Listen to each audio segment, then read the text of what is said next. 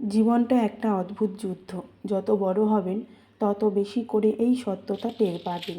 এই যুদ্ধ আবার ফেয়ারও না। চোখের সামনে দেখবেন কেউ অসাধারণ ব্রেন নিয়ে জন্মেছে, পরীক্ষার আগের রাতে বইয়ের পাতা উল্টাচ্ছে আর পরের দিন চমৎকার রেজাল্ট করছে। আপনি দিনের পর দিন পাগলের মতো পড়ছেন কিন্তু হচ্ছে না।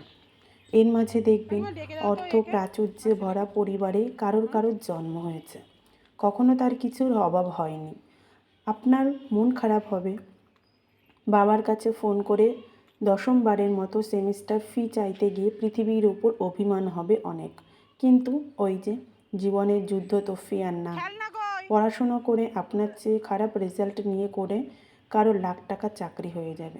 হয়তো ওই ইন্টারভিউটা তার ভালো হয়েছিল, হয়তো রেফারেন্স ছিল, হয়তো স্কিল ছিল, জানি না, হবে কিছু একটা।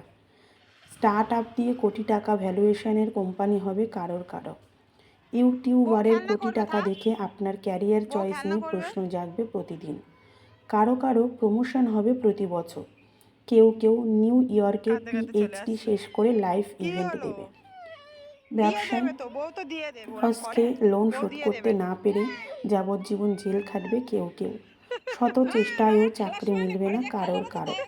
20তম ইন্টারভিউটা দেওয়ার পর তার মনে হবে জীবনের চেয়ে নিষ্ঠুর কিছু আর একটাও নেই। আপনি চাইলে সারাদিন অন্যের সাথে নিজের তুলনা করতে পারেন। জীবন যুদ্ধে যে এগিয়ে গেল তার কথা ভাবলে আফসোস ছাড়া কিছু হবে না। হিসাব মিলাতে পারবেন না।